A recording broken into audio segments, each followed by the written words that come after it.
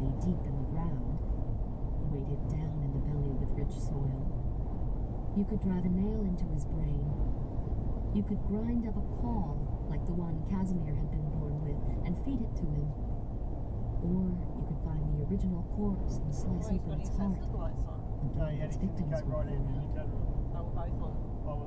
Some of these may have been old wives' tales, but this last one I knew was true. Because if Alex cut open his heart, it was certain that I would be the one to bleed to death. Leo. Well, there's a car accident. She looks like a raccoon. Okay. An exhausted, dazed, beautiful raccoon.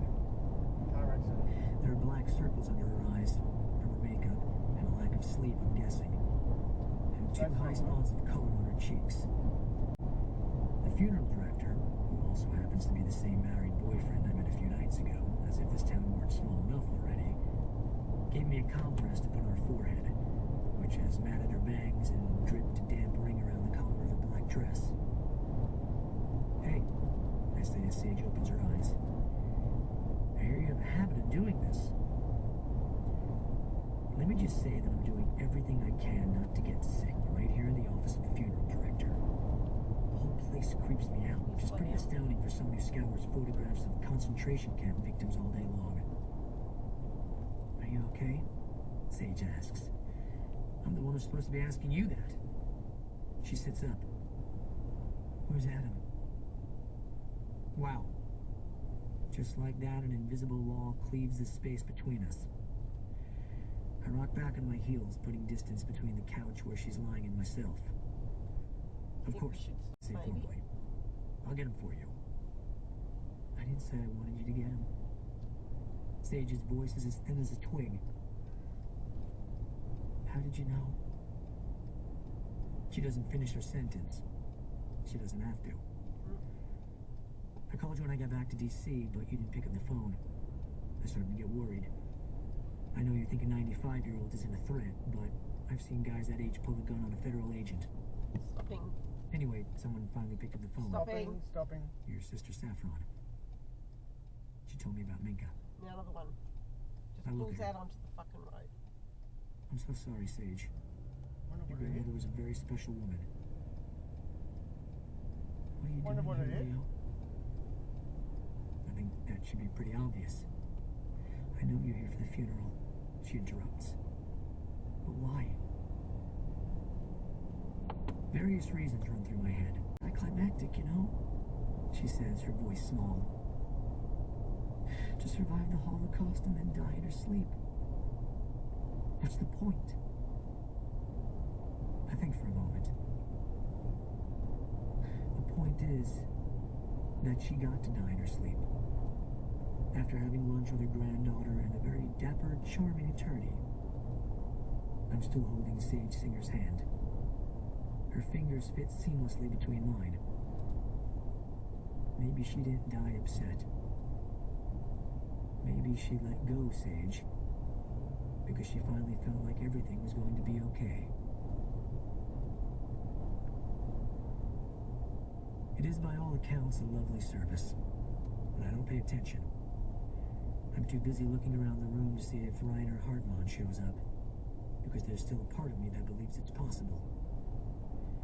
When I realize that he's probably not going to come, I focus my attention on Adam, who is standing unobtrusively near the back of the sanctuary the way a funeral director should, trying hard not to stare at me every time Sage grabs onto my arm or buries her face in the sleeve of my suit jacket. I'm not gonna lie, it feels pretty damn good. When I got dumped in high school by a girl who wanted a more popular, studlier date on a Friday night, my mother used to say, Leo, don't you worry. The geeks shall inherit the earth. I'm starting to believe this might actually be true. My mother would also tell me that hitting on a woman who's grieving at her grandmother's funeral is a one-way ticket to hell. I don't recognize any of the mourners except for Daisy, who is sobbing softly into a linen handkerchief. At the end of the service, Adam announces when and where Shiva calls can be made. He also lists two charities suggested by Pepper, where donations can be sent to Minka's memory. At the graveside, I stand beside Sage, who On a sits maid between road, her that two is. older sisters. They look like her, but overblown.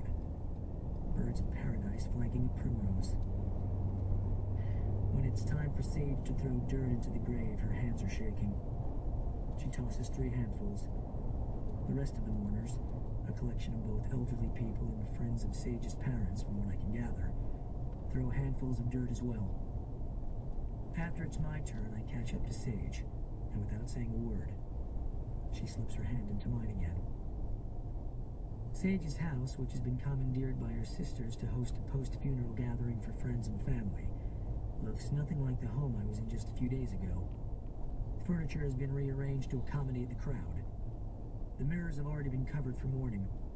Food is spread on every horizontal surface. Sage looks at the throngs of people streaming in the front door and takes a shuddering breath. It down. I think she'd like you to hear it, she says. I'd like you to hear it. When was the last time someone read aloud to you? Probably when you were a child. And if you think back, you'll remember how safe you felt. Tucked under the covers or curled in someone's arms as a story was spun around you like a web. Sage begins to tell me about a baker and his daughter, a soldier drunk with power who loves her, a string of murders linked like pearls throughout the village. I watch her as she reads. Her voice begins to take on the roles of the characters whose dialogue she's speaking. Minka's tale reminds me of Grimm, of Isak Dinesen, of Hans Christian Andersen, of the time when fairy tales were not diluted with Disney princesses and dancing animals, but were dark and bloody and dangerous.